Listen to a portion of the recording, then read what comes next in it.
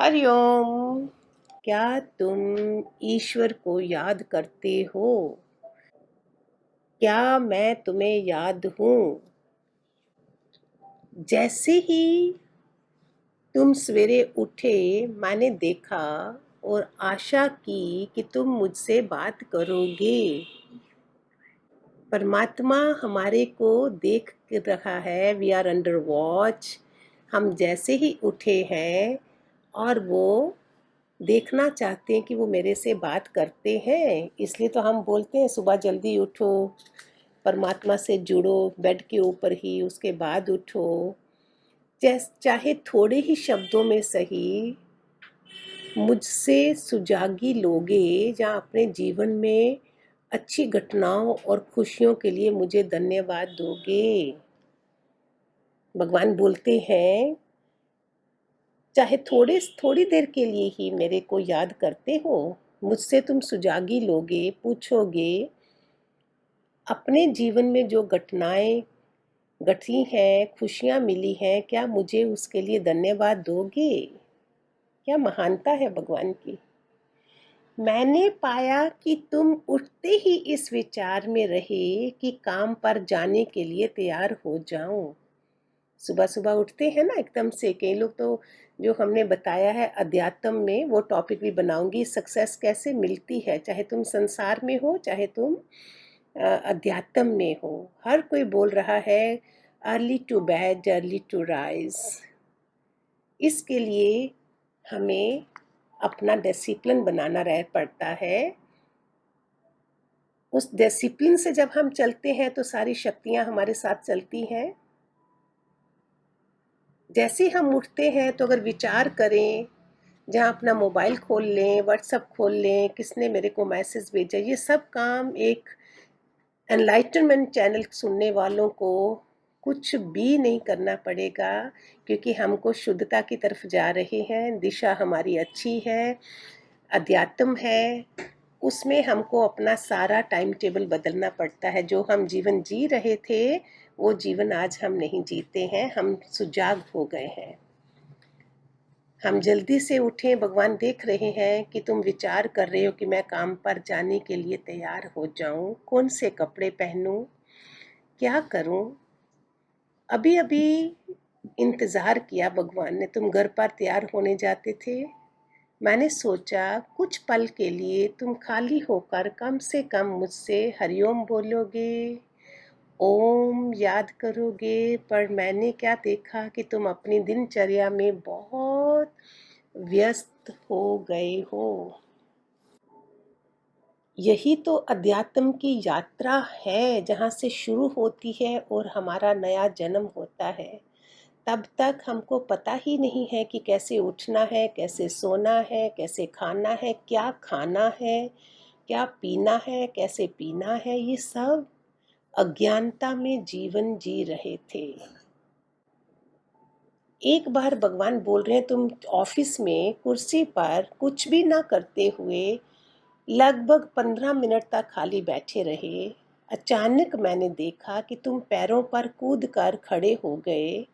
मैंने सोचा शायद तुम मुझसे बात करना चाहते हो। Imagine how we are under watch, God is watching us from far away. दूर से भगवान हमको वॉच कर रहे हैं। परम पिता परमात्मा निराकार, जो भी नाम हमने दिया हुआ है परमात्मा को। फिर हम तुमने टेलीफोन की तरफ भागे और फोन मिलाकर किसी मित्र से खूब गपशप करने लगे। भगवान ने सोचा शायद मैं इसको याद आ गया और एकदम से ये उठा है, शायद मेरे से कोई बात करेगा, मुझे थैंक यू करेगा। और इसने तो अपना व्हाट्सएप खोला और उसमें अपने फ्रेंड्स के फ़ोन वोन देखे, गपशप करी, गॉसिपिंग करी, व्हाट्सएप माना गॉसिपिंग। फिर देखा तुम काम पर चले गए। मैं धैर्यपूर्वक दिन भर तुम्हारी राह देखता रहा। हाय हाय, what a lovely way of seeing us from far away. दूर से भगवान हमको कैसे देख रहे हैं। मैंने सोचा कि तुम अपने दिन भर के काम में काफ़ी व्यस्त रहे होंगे अतः मुझसे कुछ भी नहीं कह पाए। फिर मैंने पाया कि भोजन के समय दोपहर में तुम इधर उधर देख रहे थे। हो सकता है तुम मुझसे बात करने में शर्मा रहे थे, इसलिए तुमने अपना शीश नहीं झुकाया। हम करते हैं ना, बिफोर वी ईट खाना we say thank you God, whatsoever we take breakfast lunch dinner. हाँ, हम जो मंत्र बोलते हैं, अन्नपूर्ण सदापूर्ण शंकर प्राण बल्लवे ज्ञान वैराग्य सिद्धर्थं भिक्षाम देही माँ पार्वती ओम नमः शिवाय ओम नमः शिवाय। हम ऐसा करके जो भी चीज़ मुंह में डालते हैं, लंच डिनर दोनों टाइम का प्रसाद जो है वो ऐसे ग्रहण किया जाता है। ये अध्यात्म का तरीका है। वही हम टेबल पे भी कर सकते हैं। हमको बदलना है ना, मन में ही तो सोचना है। तो भगवान ने सोचा ये शायद बात करने में शर्मा रहे हैं, इसलिए तुमने अपना शीश नहीं झुकाया। फिर तुमने 3-4 ऑफिस की बात है, टेबल पे खाना जब टिफिन रखते हैं सब, निगाह दौड़ाई, तुमने देखा, तुमने पाया तुम्हारे कुछ मित्र भोजन से पहले मुझसे कुछ शब्द में बात कर रहे थे। देवर थैंकिंग गॉड कि जो हम खा रहे हैं, थैंक यू भगवान, लेकिन तुमने ऐसा नहीं किया। चलो कोई बात नहीं, अभी भी समय है। मुझे आशा थी कि तुम मुझसे बात करोगे। गुरु का मिलना जिंदगी में होता है निराकार से परमात्मा से मिलन करवाना, परमात्मा से मिलन पहचान करवाना, ये गुरु की पहचान है। नहीं तो हम तो राम कृष्ण मंदिरों में सब पूज ही रहे थे ना, तो भगवान को थोड़ी पहचान रहे थे हम। तो गुरु आके हमें बहुत अच्छी एग्जाम्पल है। मैंने पहले भी शायद दी, दोबारा नए वालों के लिए, आज भी कोई नए साधक सुन रहे होंगे, चैनल खोला होगा, शायद उनके लिए नया होगा। अगर आपको पुराना लगता है तो आपके लिए दोबारा रिपीट हो गया है, ऐसे करके ले लिया करो, आपने तो भूल जाते हैं।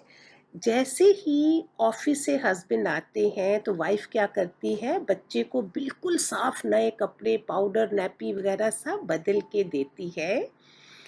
कभी गंदा बच्चा कोई भी वाइफ नहीं देती है, माँ जो है बाप को ऐसे बच्चा नहीं देती है। और जैसे ही बच्चा थोड़ा सा भी बाथरूम कर दे, कुछ गीला हो जाए नैपी, तो हस्बैंड बोलते जाओ जाओ पहले इसका चेंज कर लो। इसका मीनिंग क्या है, गुरु धरती पे आते हैं हमको टोटल क्लीन करने के लिए, फिर हमें भगवान को देते हैं, ले तेरा बच्चा अभी तैयार है। वही भगवान हमें देख रहा है। इस बच्चे ने टेबल पर मुझसे बात नहीं की, कोई बात नहीं, भगवान का धैर्य देखो कैसा है। कोई बात नहीं, ये बाद में हम लोग धैर्य खो डालते हैं, उम्मीद खो डालते हैं, भगवान उम्मीद से चलता है, शायद इतने बड़े दुख के समय ये मुझे याद करेगा। तुम वापस घर चले गए और लगा कि अभी तुम्हें बहुत से काम करने रह गए हैं। घर पर बैठे कॉफ़ी समेता तुम टीवी के सामने गुजार देते हो, किसी और का ना तो सोचते हो और ना ही विचार करते हो। फिर भी मैं धैर्यपूर्वक इंतज़ार करता रहा। तुम टीवी देखने के साथ साथ खाना भी खाते रहे, पर फिर भी तुमने मुझसे बात नहीं की। रात आई, सोने का समय आया। मैंने समझा तुम बहुत थक गए होंगे। तुमने अपने परिवार के सब लोगों से, सदस्यों से शुभ रात्रि बोला और थोड़ी देर में गहरी नींद में सो गए। इसीलिए तो बोलते हैं ना, रात को सोते समय भी 10 मिनट भगवान के लिए निकालो, पूरे दिन की माफ़ियाँ मांगो जो हमसे गलती हुई है। कल हम भगवान ये गलती नहीं करेंगे। 10 मिनट सोने से पहले और 10 मिनट सुबह बेड से उठने से पहले। सो गहरी नींद में एकदम से सो गए, चलो ये भी ठीक है, पर शायद तुम ये अनुभव नहीं कर सके कि मैं वहाँ भी तुम्हारे साथ हूँ। मेरे में तुम्हारे से अधिक धैर्य है। तुम अंदाज भी नहीं लगा सकते हो कि मैं तुम्हें दिखाना भी चाहता हूँ कि कैसे तुम भी दूसरों के साथ धैर्य रखकर बात करो। बहुत सुंदर चीज़ है। अगर भगवान ने मेरे सारे कर्मों को माफ़ किया है, तो मुझे भी, मेरे संपर्क में जितने लोग हैं, मुझे भी उनको माफ़ करना है। भगवान बोलते हैं मैं तुम्हें इतना प्यार करता हूँ कि रोज़ तुम्हारा इंतज़ार करता हूँ कि मुझको नमन करेगा, याद करेगा, चिंतन करेगा और दिल में शुक्राना करेगा। एक तरफ से सेवा, प्यार और व्यवहार मुश्किल होता है, वन वे ट्रैफिक नहीं होती है, दोनों तरफ से होता है।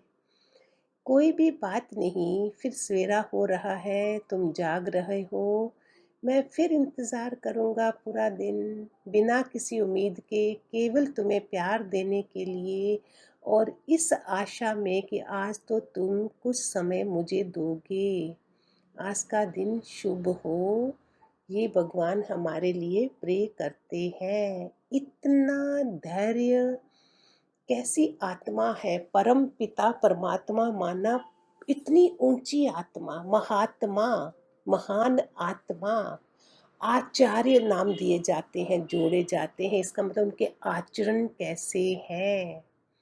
ऐसे थोड़ी हम पाँव छूते हैं, आचरण होता है तो हमें अच्छा लगता है। तो बड़े घर में हैं, ठीक है, आचरण भी नहीं है, संत लोग हैं, गुरु लोग हैं, बिकॉज आचरण तो वो आचार्य बन जाते हैं। महात्मा मीन्स महान आत्मा।